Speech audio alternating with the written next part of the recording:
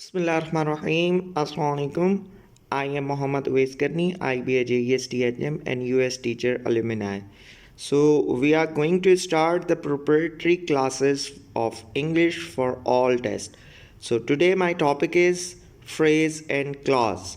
So what is the difference between these two things? So today we are going to discuss, and if you have any question, just write down on your notebook, and in the end you can ask me and I will answer you. So let's start the topic. So first of all, what is the phrase and clause? सो एक चीज़ आप अपने जहन में बिठा लें कि there is a difference between phrase, clause, sentence, predicate. ठीक है, इन सब के अंदर क्या है, डिफरेंस होता है. I will clear you one by one. So सबसे पहले ये देखते हैं कि फ्रेज क्या है और क्लास क्या है. तो फर्स्ट ऑफ ऑल ये देखें, अ group of words. A clause is a group of words that consist of a subject and a verb. First of all, if you are going to write a sentence in English, then your number one is subject and then verb and object. ठीक है जी, ये तीन चीज़ें होती हैं. अब ये तीन चीज़ें जो होती हैं ये आपका रिप्रेजेंट करती हैं सेंटेंस. ठीक है, सेंटेंस का स्ट्रक्चर हमारा इंग्लिश में कुछ इस तरह होता है. मगर जब बात आती है फ्रेज की और क्लॉज की तो फिर हम थोड़ा सा कंफ्यूज हो जाते हैं कि what is the difference between phrase and clause. तो ये थोड़ा सा डिफरेंस है. ठीक है, ये दो तीन चीज़ें मैंने आपको अलग अलग करके बताई हैं ताकि आपके माइंड में आ जाए कि ये तीन चीज़ें क्या हैं. When we are going to write a sentence in English तो फिर हम सबसे पहले सब्जेक्ट, फिर वर्ब, फिर ऑब्जेक्ट और फिर उसके बाद फ्रेज और फिर क्लॉज. ठीक है, ये तीन अलग चीज़ें. अब मैं आपको इसको और एक्सप्लेन करता हूँ. ये देखें जी, सबसे पहले क्या होता है, हमारे पास अल्फ़ाबेट्स होते हैं. हमारे पास क्या होते हैं, अल्फ़ाबेट्स और लेटर्स. लेटर्स से हमारा बनता है वर्ड. लेटर्स से हमारा बनता है वर्ड. जैसा कि इंग्लिश जो है हमारा एक वर्ड है, क्लास जो है हमारा एक वर्ड है, फ्रेज जो है हमारा एक वर्ड है और क्लॉज जो है हमारा एक वर्ड है. तो वर्ड मिलके क्या बनाते हैं, वर्ड मिलके बनाते हैं ग्रुप ऑफ वर्ड. क्या बनाते हैं, ग्रुप ऑफ वर्ड बनाते हैं. ठीक है जी, ग्रुप ऑफ वर्ड्स बन गया. अब ऐसा ग्रुप ऑफ वर्ड्स, ठीक है, अब ये देखें, ठीक है, वर्ड मिलके क्या बनाते हैं, ग्रुप ऑफ वर्ड. मिसाल के तौर पर मैं यहाँ पे लिखता हूँ अली, असलम, आलिया. ठीक है, अब ये क्या है, ये देखें, एक वर्ड, दो वर्ड, तीन वर्ड. तो ये क्या है, ग्रुप ऑफ वर्ड है. ये क्या है जी, ग्रुप ऑफ वर्ड. तो देखें, फ्रेज हमें क्या कहता है, फ्रेज कहता है, फ्रेज हमें कहता है, ये देखें जी, फ्रेज हमें क्या कहता है, फ्रेज हमें कहता है a group of words that does not consist subject and verb. ऐसा ग्रुप ऑफ वर्ड जिसके अंदर सब्जेक्ट और वर्ब ना हो. ठीक है, ऐसा ग्रुप ऑफ वर्ड जिसके अंदर सब्जेक्ट और वर्ब ना हो वो होगा फ्रेज. ठीक है, ऐसा सब्जेक्ट जिसके अंदर सब्जेक्ट और वर्ब ना हो वो होगा फ्रेज. मिसाल के तौर पर मैं यहाँ लिखता हूँ अली राइट्स. ठीक है, मैंने यहाँ लिखा अली राइट्स. तो यहाँ पे अली सब्जेक्ट है और राइट्स क्या है, वर्ब. तो ये देखें, फ्रेज हमें डेफिनेशन क्या दे रहा है, ऐसा ग्रुप ऑफ वर्ड जिसके अंदर सब्जेक्ट और वर्ब ना हो. तो यहाँ पे Ali is a subject and rights is a verb. तो ये फ्रेज तो नहीं हुआ. तो ये क्या हुआ, clause is a group of words that consists of a subject and a verb. तो अगर ऐसा ग्रुप ऑफ वर्ड, ऐसा ग्रुप ऑफ वर्ड जिसके अंदर सब्जेक्ट और वर्ब हो तो वो हो जाएगा क्लॉज. और ऐसा सब्जेक्ट, ऐसा ग्रुप ऑफ वर्ड्स जिसके अंदर which does not contain subject and verb, so we can call it phrase. अब अली राइट्स क्या है, यहाँ पे क्लॉज है. अब Ali writes a letter, Ali writes a letter. ठीक है जी, अब यहाँ पे देखें, ये हमारे पास अली सब्जेक्ट है, राइट्स हमारे पास वर्ब है और लेटर हमारे पास क्या है, ऑब्जेक्ट है. अब फ्रेज कैसा होगा, ठीक है, तो फ्रेज का मैं अब आपका कॉन्सेप्ट क्लियर करता हूँ कि फ्रेज हमारे पास कैसा होगा. तो चले जी, अब मैंने बीच में से क्या कर दिया जी, राइट को मिटा दिया, ठीक है। हाँ जी, राइट को मैंने मिटा दिया।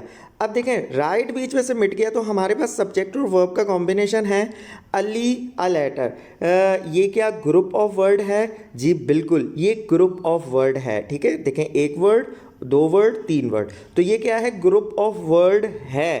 But it does not contain subject and verb, मगर इसके पास सब्जेक्ट और वर्ब नहीं है।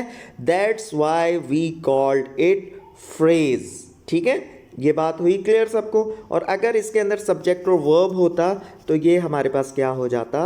हमारे पास क्लॉज हो जाता। अब मैं आपको दो तीन ज़्यादा से ज़्यादा कितने सिचुएशंस हो सकती हैं वो सिचुएशंस लिख के बता देता हूँ। देखें, या तो हम सेंटेंस लिखेंगे तो उसके अंदर सब्जेक्ट, वर्ब और ऑब्जेक्ट होगा, या हमारे पास सब्जेक्ट और वर्ब होगा, या हमारे पास सब्जेक्ट और ऑब्जेक्ट होगा, और या हमारे पास वर्ब और ऑब्जेक्ट होगा, ठीक है। ये चार सिचुएशंस हो सकती हैं। इन चार सिचुएशंस से ज़्यादा कोई सिचुएशन नहीं बन सकती अ ग्रुप ऑफ वर्ड्स की if we are going to learn the structure of a sentence by the lens of phrase and clause, ठीक है जी।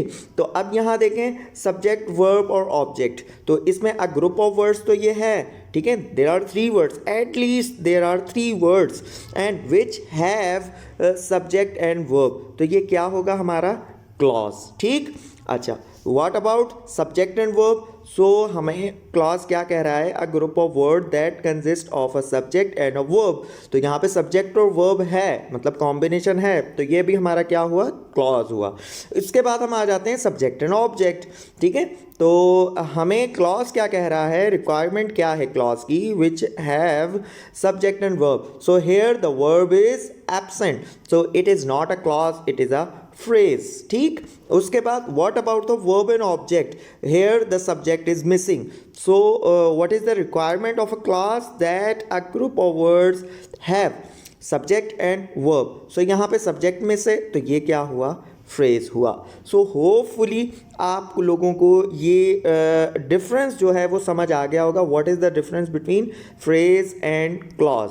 अब जी सेंटेंस देख लें। सेंटेंस क्या होता है, जो कि मैं अपने अगले टॉपिक के अंदर भी कवर करूँगा, मगर आपको मैं फिर भी एक ओवरव्यू दे रहा हूँ कि आपको थोड़ा सा समझ आ जाए और अगले जो हमारा लेक्चर होगा उसके अंदर आपको आसानी हो। तो सेंटेंस क्या होता है? A group of words which gives complete meaning और complete sense is called sentence, ठीक है। और क्लॉज और सेंटेंस के अंदर थोड़ा सा फ़र्क होता है सिर्फ, ठीक है। वो हम नेक्स्ट लेक्चर के अंदर इंशाल्लाह ताला, हमारा जो लेक्चर होगा लेक्चर नंबर 3, जो types of sentence based on structure होगा, उसके अंदर हम ये कॉन्सेप्ट क्लियर करेंगे what is the difference between sentence and clause. तो सेंटेंस क्या है? A group of words which gives complete meaning और कंप्लीट सेंस, मतलब ऐसा ग्रुप ऑफ वर्ड्स जिसके अंदर जो हमें कंप्लीट मीनिंग दे रहा हो उसे हम सेंटेंस कहेंगे। तो सेंटेंस के लिए क्या ज़रूरी है? Subject and verb. क्लॉज के लिए क्या ज़रूरी है? सब्जेक्ट एंड वर्ब, ठीक है। तो सेंटेंस और क्लॉज तकरीबन एक बात होती है, मगर इनके अंदर से थोड़ी सी डिफ्रेंसिएशन होती है। वो क्या होती है मैं चले यहीं पे ही बता देता हूँ आपको। अगर मैं यहाँ पे लिखता हूँ I right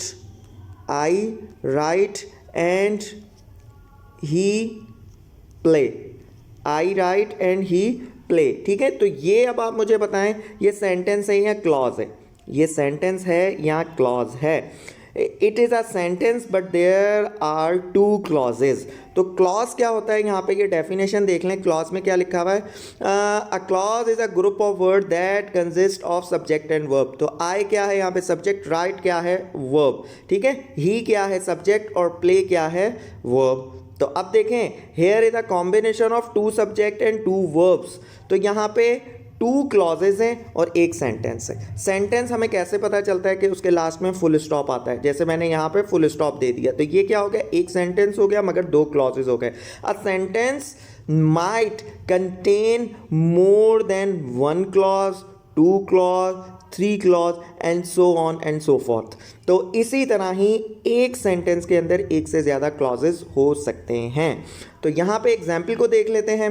we are reading Dawn newspaper for the improvement of English expression. तो ये क्या है? ये एक सेंटेंस है। देखें, वी यहाँ पे क्या है? सब्जेक्ट, आर क्या है यहाँ पे? हेल्पिंग वर्ब, रीडिंग क्या है? मेन वर्ब, और ये डॉन न्यूज़पेपर क्या है हमारे पास? ऑब्जेक्ट है, ठीक है, और ये उसकी फर्दर एक्सप्लेनेशन आगे दी गई है। तो ये हमारे पास क्या है, ये हमारे पास है जी सेंटेंस और एक क्लॉज है, ठीक है। तो होपफुली जी आप लोगों को ये कॉन्सेप्ट क्लियर हो गया होगा। If you have any question regarding the phrase and clause, just you can ask me in our WhatsApp group. So अपना ख्याल रखिएगा। खुदा हाफिज़।